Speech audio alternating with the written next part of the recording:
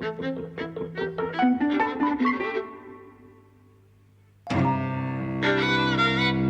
and welcome to Eavesdropping at the Movies. I'm Mike. And I'm José. And today we're talking about O Fantasma. Yes. Which is Portuguese. Yes. In English the title would be The Phantom or The Ghost. Yes, though, I'm not quite sure I agree with those translations. I mean, I think literally yes.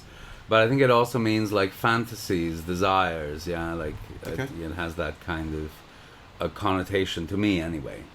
I mean, I'm a Spanish speaker and I grew up with Portuguese people, so I can understand, the language very well, but I'm not kind of so fluent in it that I could translate these terms specifically. But, it just has those it has those connotations of desires and fantasy, and, in so many ways that's what the film is about. So. Yeah.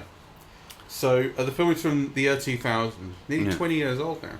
I know, and actually that's something that made me think, because, it's one of those films that I've been meaning to see forever. It never came my way. I mean, gay cinema is, at least, in my own head, is one of my specialisms. I try to keep up. I try to kind of see whatever is out there. And this is one of those films that you heard about and that people had talked to you about as something I should see. But actually, I've never had the opportunity until now, where we just saw it on MUBI, right? So, but also I wonder what took me so long. Why didn't I, order the DVD or something, right? Like, it's kind of, it's really shocking that it's 20 years old. I thought it was more like, from 4 or 5 years ago or something, right? Yeah, well, I mean, films from that long ago feel like they're still from yesterday, though, in a way. Because after this, we're going to go and see The Matrix, which has got this 4K restoration. And I was saying to you before how I'm 30 years old, and so this is a film that I saw when I was a kid, The Matrix, and it's weird to me that I'm now old enough for a film that I saw when I was a kid to have a restoration. Yes, my God, well... That's 20 years old. Yes, so you'll be used to that, you'll be more and more used to that sensation as time goes on. It's, as I said, it's Portuguese. It's directed by João Pedro Rodrigues. Yes. And written by Alexandre Melo and José Neves. Yes. I'm very curious to know what you think about it. I mean, just my cards up front, I think it's absolutely great. And I will tell you why. I didn't think it was absolutely great. I found it fairly unfocused. And I suppose I can't be too critical of it in that respect, because the clue's in the title that this guy is kind of he lives sort of, he flips in and out of life. That's how the film kind of works as one of those films, as a series of like moments and scenes. Yes. That they're not vignettes, right? There is a plot and there is a story, but it's not heavily plot driven. It's about the atmosphere of what's happening and the feeling. Very much so. But that's not a fault. No, it's not a fault. I'm just saying, like, this is. I should. It's harsh for me to criticise it for that, but it did feel unfocused to me. I would have liked. I wanted more definition of the character's context and background. So the main character is played by Ricardo Meneses, and he's called Sergio, and he's young. It's called Sergio? Yeah. Well, according to the Wikipedia page. Okay. I don't think it's possible they don't actually name him in the film. Yeah. Okay. Because there's not a lot of. It's not that talky. Right. So maybe no one actually calls him by name. But okay. Yeah. Anyway, he's young. He's sort of extremely handsome. Very good-looking kid. He's garbage collector, doing like night shifts and early morning shifts, going around the city, Lisbon, picking up trash. And he's also gay. I think he seems to be kind of... I don't think it's like a crisis of sexuality. He's not discovering himself. He seems to be very sure about who he is early on, I think. Yes, though we're not sure at exactly the beginning. So first of all, I think the film has the feeling of a kind of a feverish sex dream. It's like a, it's like a reverie. It's kind of... it made me think of those times, when I was younger, and all of a sudden you get horny and you're up for sex and and it's kind of like, in a way, like all bets are off. Yeah, it's kind of like, a sexual space that's a kind of, almost like a dream space. Yeah, but it's like a sexual space, and sometimes one in which you find yourself doing crazy things. right? And kind of the film is full of imagery like that of, this guy, not out of control, but just in a different sphere. So, for example, that incredible shot where, he just takes his clothes off in a public pool. He goes into a public pool when it's closed. He takes off his clothes off, and he gets on the line and kind of, just abandons himself, right? It's kind of, so it's almost like a feeling of just horniness, of being up for it, but having no one with which to do anything with, right? And putting himself in all kinds of, like, dangerous situations, as a means of, like, finding that kind of release, that he's looking for. So I think if you see the film that way, it kind of makes a different kind of sense, because the film, I think, is all up that. Like, this guy is just, it's horny, he's up for it.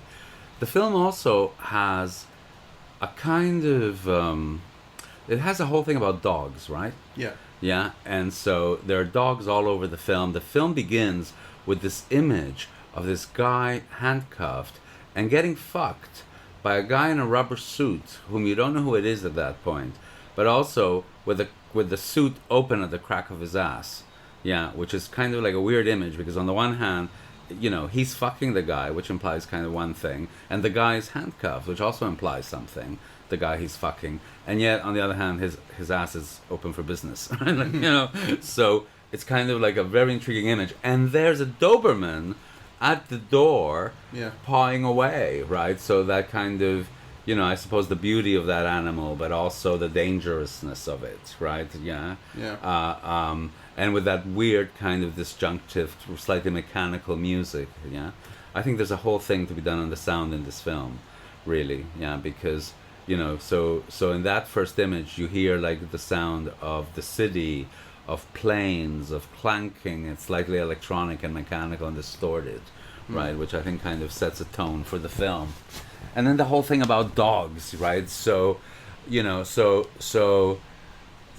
sniffing each other. He's licking. He's right at the start. He has a dog, and right at the start, he feeds the dog. He gives the dog a bone, and he gets down on his hands and knees with the dog. Yes. And starts kind of behaving like a dog. And then the girl comes in. This girl, Fatima, who kind of famishes for him, and then I don't know exactly what happens, but he ends up sort of licking her hand and on the floor whimpering, like a dog. Yes. And there's something very animalistic about him. He kind of, I think, seems to see the world or interact with the world through simple desires and kind of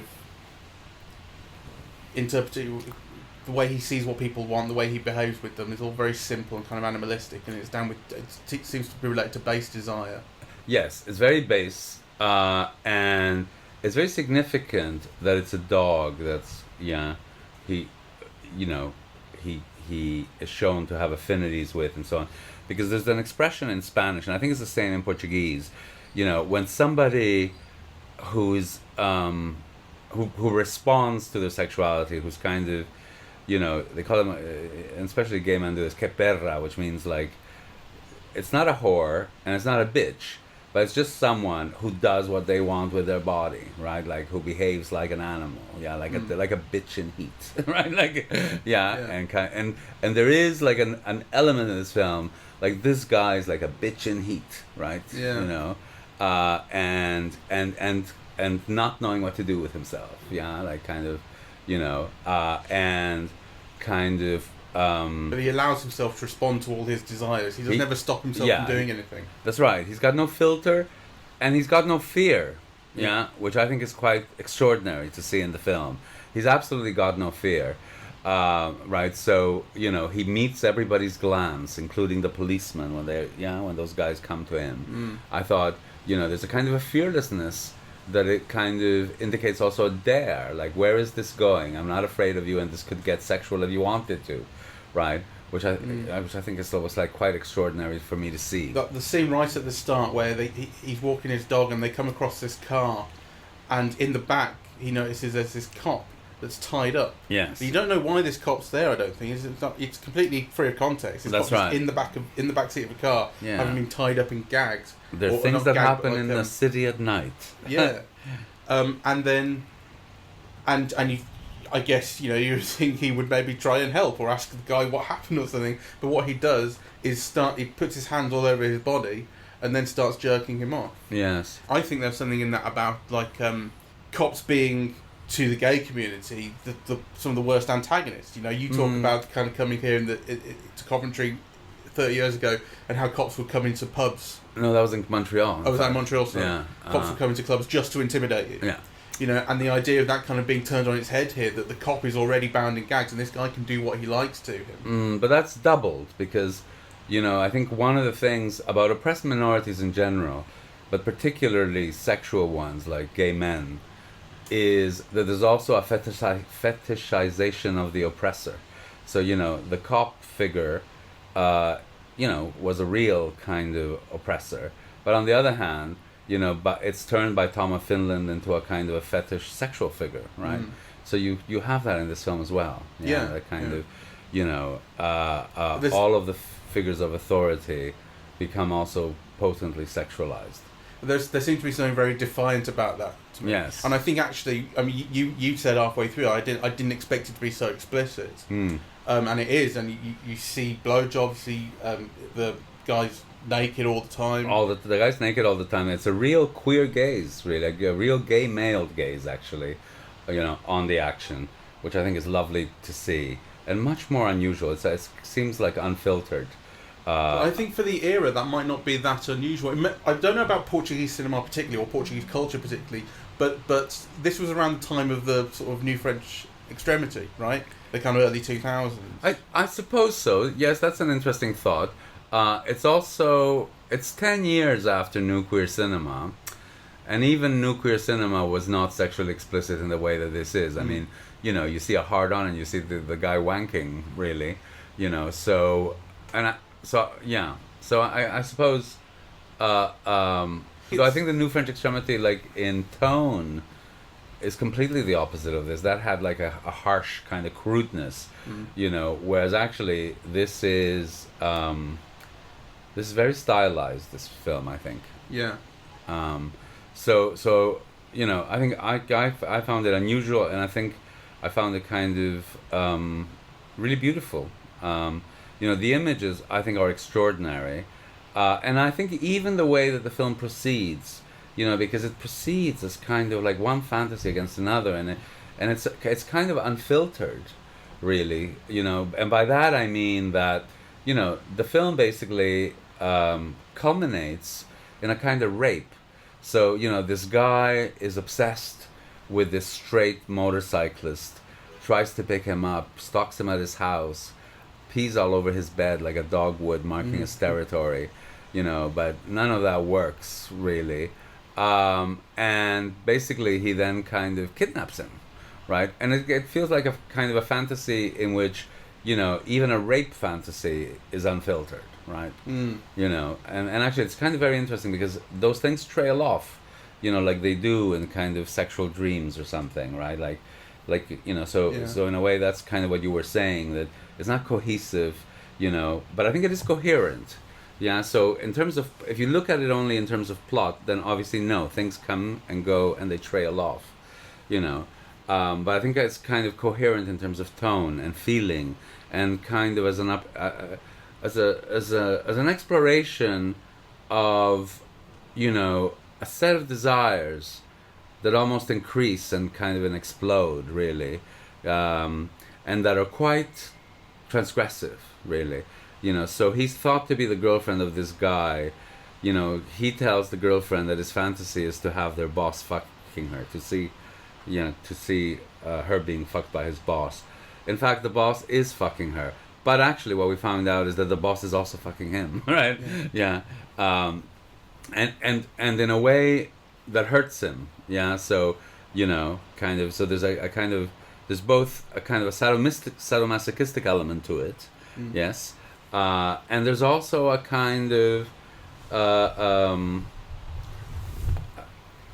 there's a masochistic element to it, and there's also a sadistic element to it, i.e., you know, something like the rape, right? Yeah. So it's almost like the film is showing you like a full gamut of, you know, various fantasies and desires that kind of seem to be lived by this character almost in a 24-hour period. The feeling the film has a feeling, because it goes into the night, and then kind of ends up in the daytime, right? Yeah. And it's very animalistic, so kind of at the end of the film, where you have like this figure that is kind of like we were saying, like Venom.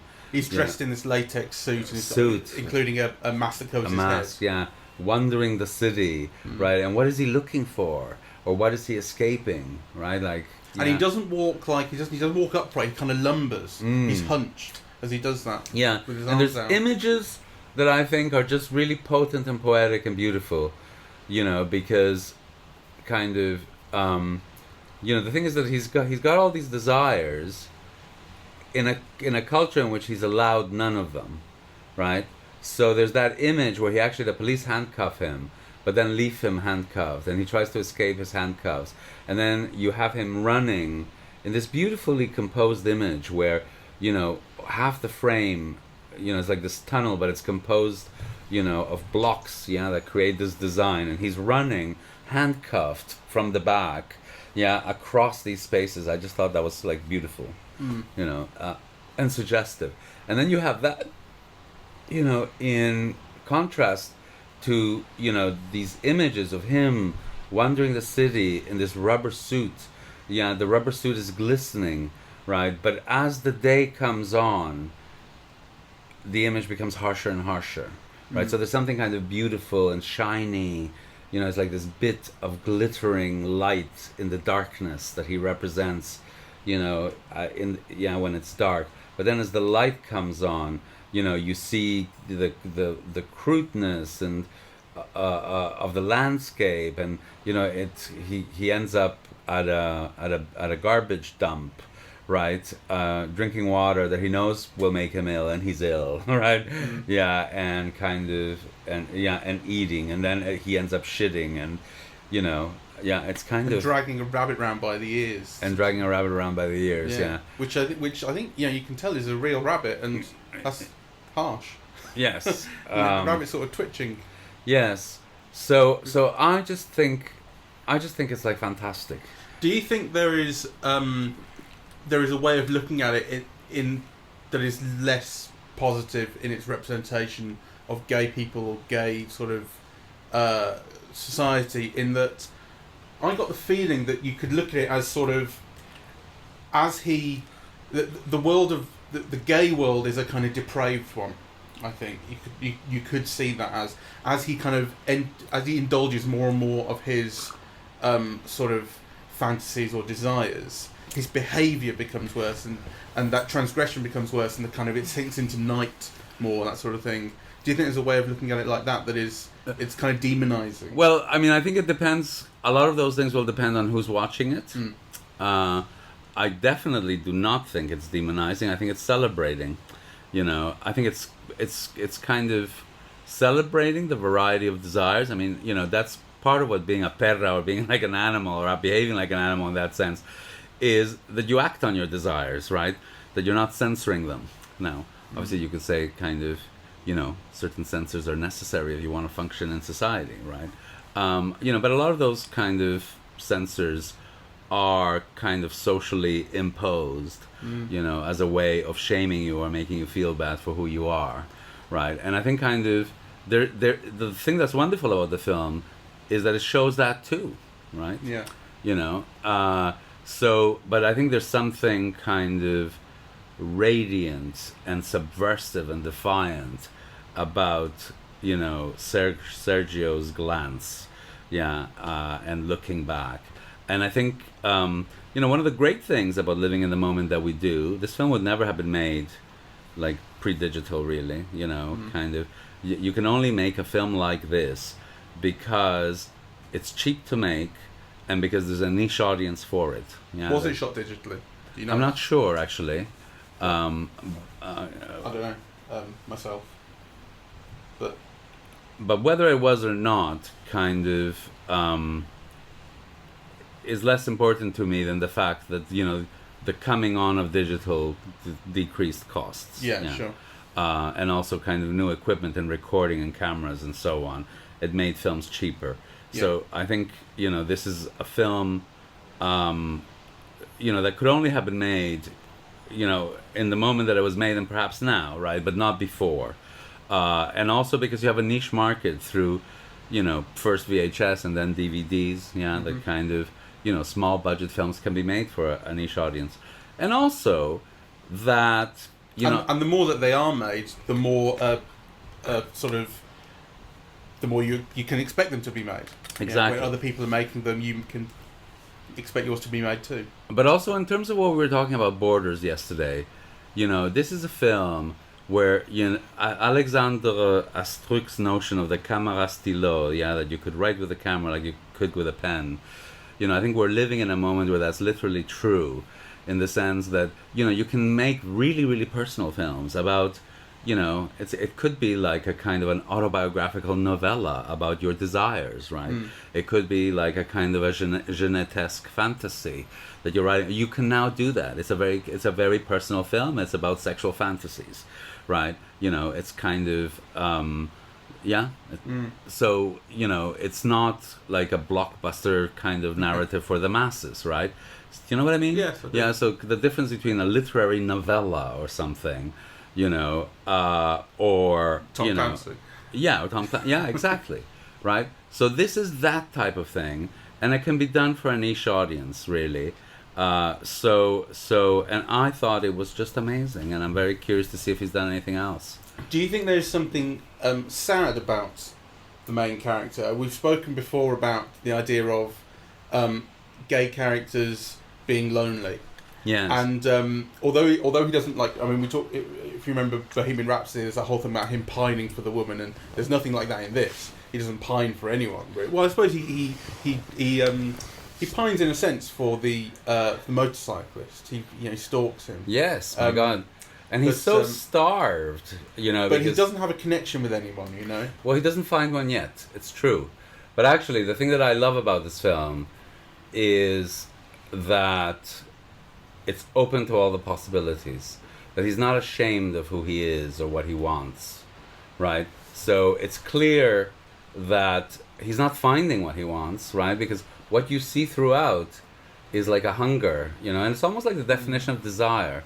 Desire is always that which remains always unobtainable, right? Yeah, it's always out of reach, right? So kind of, what you see is kind of like this guy's desires in operation and kind of, in changing and so on, right? And you literally see that hunger, that licking of the bathroom wall, right? Like, yeah. So now, well, I suppose that's what I was getting at when I said that early on I wanted more definition to him. I feel like I was missing definition to what he wanted as opposed to how he wanted. Well, what he wants is sex. Yeah, that's it. Yeah. Right. And actually, this is what I was saying. It kind of reminded me of sometimes my feeling, when you're a young man. It's like kind of it's almost like, I don't know, your temperature would rise or something. Like all of a sudden you were horny and you didn't know what to do with yourself, right? Like which sometimes led to kind of things that were difficult to explain. Like you'd go clubbing in Coventry and wake up in Manchester somehow, right? Yeah. And you think, you wake up the next morning, you think, what the fuck did I do? Like, as soon as kind of, your desire is fulfilled, then all of a sudden it's like you feel the guilt and remorse and how did I end up here? Yeah.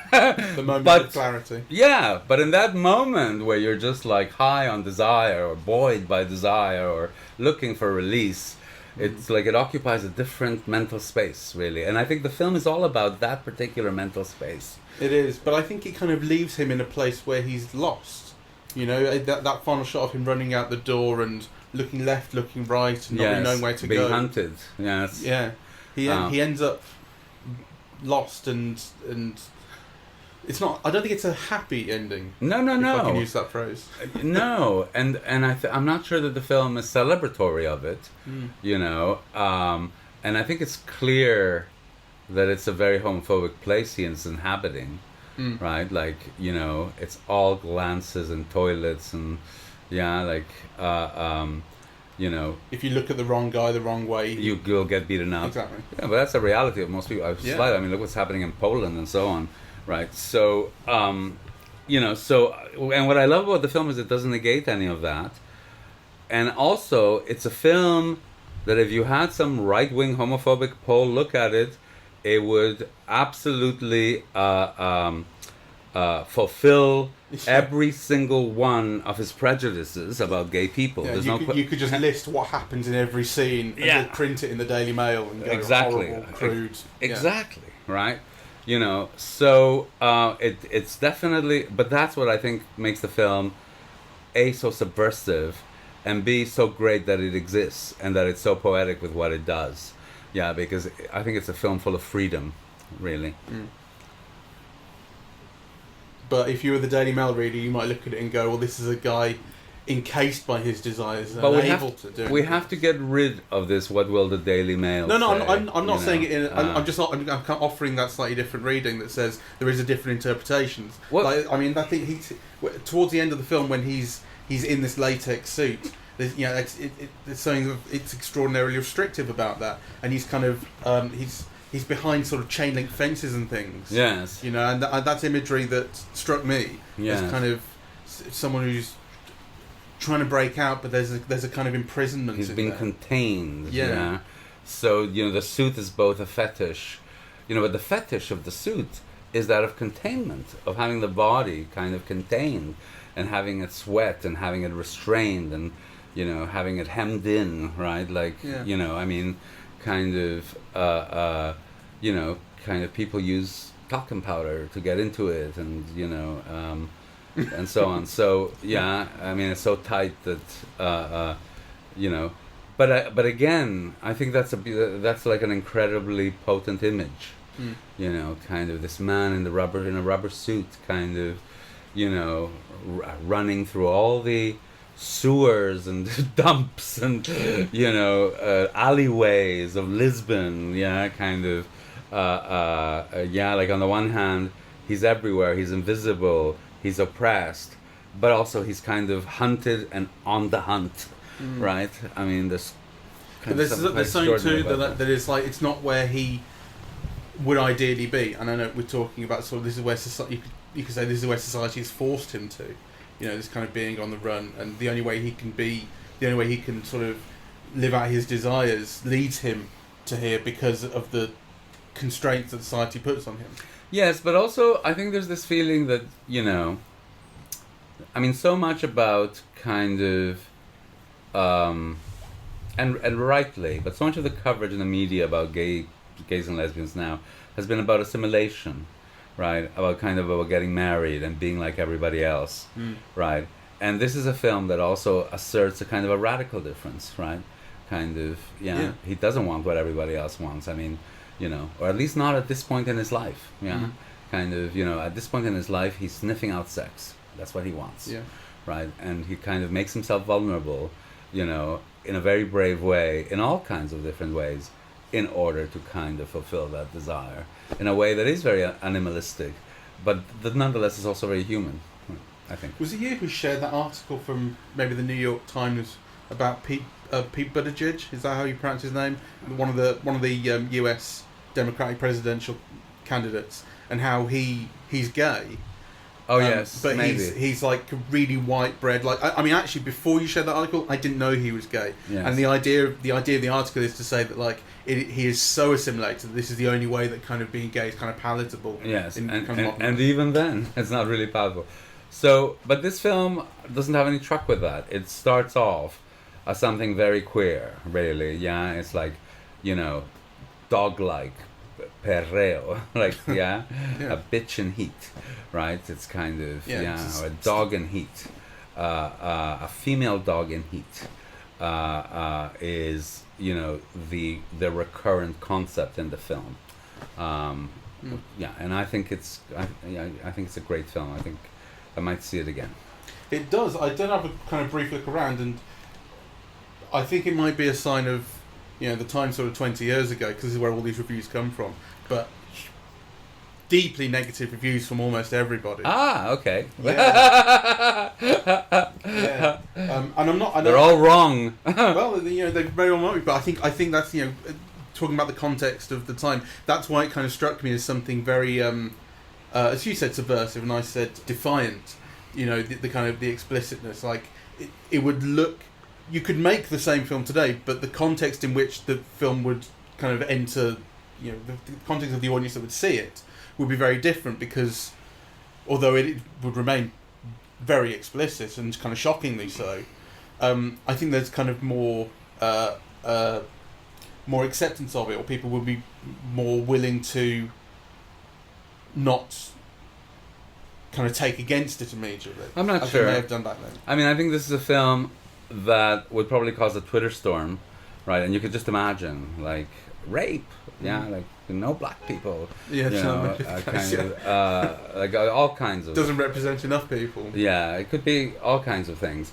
But, you know, it does strike me as a film that is very much a product of the context of its time, it seems to me. Well, but I think, for me, seeing it now, I think it's one of the films that has spoken most directly to me as a sexual being with a sexual history. Yeah. You know, that I have very rarely seen that kind of representation of, like, you know, desire, right? Like, what desire is or can be, you know, for at least a certain kind of gay man, you know, particularly, young, maybe in the closet or on the verge of coming out, and, you know, with a very kind of in a very homophobic culture or something, right? And how those things kind of get worked through in, you know, or they're embodied, right? Like what they feel like, in a kind of an embodied way. I think the film conveys that to me very palpably. Yeah, there's no kind of need to talk anything through or explain yourself or think through your actions in this. Like, if we think about other kind of gay films that we've seen that we've really liked, like 120 Beats Per Minute and stuff, like they don't quite embody that just... They're all about talking about it. Yes. You know? And this is... this goes just... Why do we need to? Yeah. You know, just live it. This isn't so much... I mean, it's a kind of story. It is a story, so there is storytelling involved. But I think it's about the conveyance of a certain kind of sexual dreamscape, of a certain kind of fantasy, of that kind of feeling, of you know, of horniness, really. So it kind of it operates and is structured differently, you know, than a conventional narrative. So things don't cohere in terms of a story, but they are coherent in terms of a fantasy or a dream feeling. And actually, I think that's what makes it so incredibly successful for me, and kind of rare. Yeah, that's good. All right, well, you can all watch it on MUBI. It's still got a few weeks to go. It's a rare opportunity, so I think particularly if you're gay and if you're if you're a gay man interested in films, this is unmissable. Yes, let me just double check how long it has left on MUBI. 16 days as we record this. Podcast will be out in a couple of days, so you've got 2 weeks left to watch it. Yes. So you're welcome. We are eavesdropping at the movies, and we are on iTunes, SoundCloud, and YouTube. On social media, we're on Facebook and Twitter, and the website is eavesdroppingatthemovies.com. Thank you very much for listening. Bye bye.